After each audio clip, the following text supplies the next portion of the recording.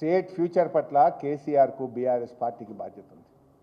జిఎస్డిపిలో number 1 చేసినాం, per capita ఇన్కంలో number 1 చేసినాం, విద్యుత్ వినియోగంలో నంబర్ 1 చేసినాం, వరి ధాన్యం ఉత్పత్తిలో నంబర్ 1 చేసినాం, ప్రతి ఇంటికి త్రాగునీరిచ్చి దేశానికి ఆదర్శంగా నిలిపినాం, చెరువులు బాగా చేసి మిషన్ కాకతీయ దేశానికి ఆదర్శమైంది, రైతు బంధు పథకం యుఎన్ఓ ప్రశంసించే అంత గొప్పగా చేసింది కేసీఆర్.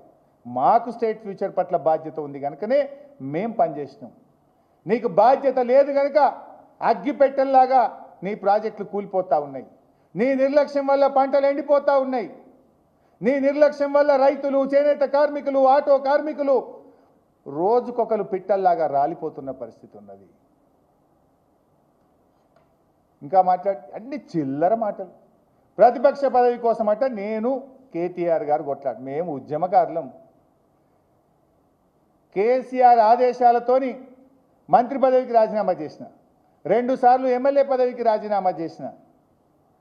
కేసీఆర్ ఆదేశాలను తూచా తప్పకుండా పాటించే క్రమశిక్షణ కలిగిన కార్యకర్తలం మేమిద్దరం.